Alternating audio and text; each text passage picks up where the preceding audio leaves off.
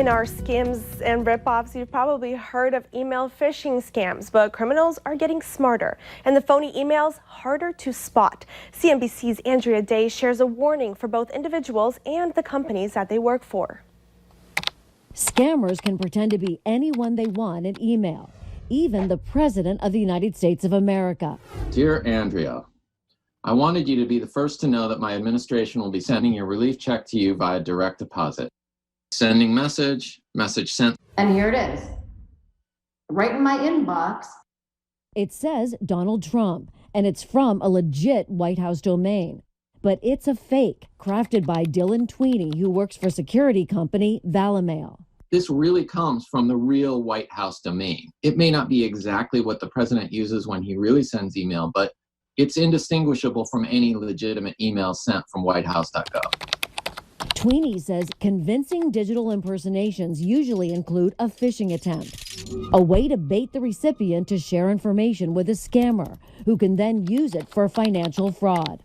For this kind of phish, you really have to kind of count on your company and other companies to implement technology measures that prevent impersonation from happening in email.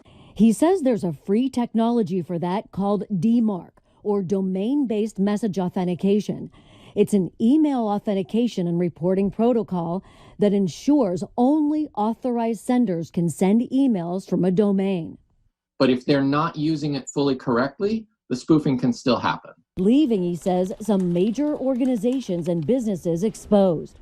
All the email that's sent in the world, which is hundreds of millions of messages a day, between 2 and 5% are sent from suspicious impersonated senders. So why doesn't every company use the free technology? If you're a company that uses a lot of cloud services, you have to configure DMARC in a way that allows that email to get through, but blocks everything else. And it turns out that that can be fairly complicated, especially if you have a lot of these services that you need to whitelist so that their mail can get through. The World Health Organization just recently protected its domain. Now, it's one of the most spoofed organizations.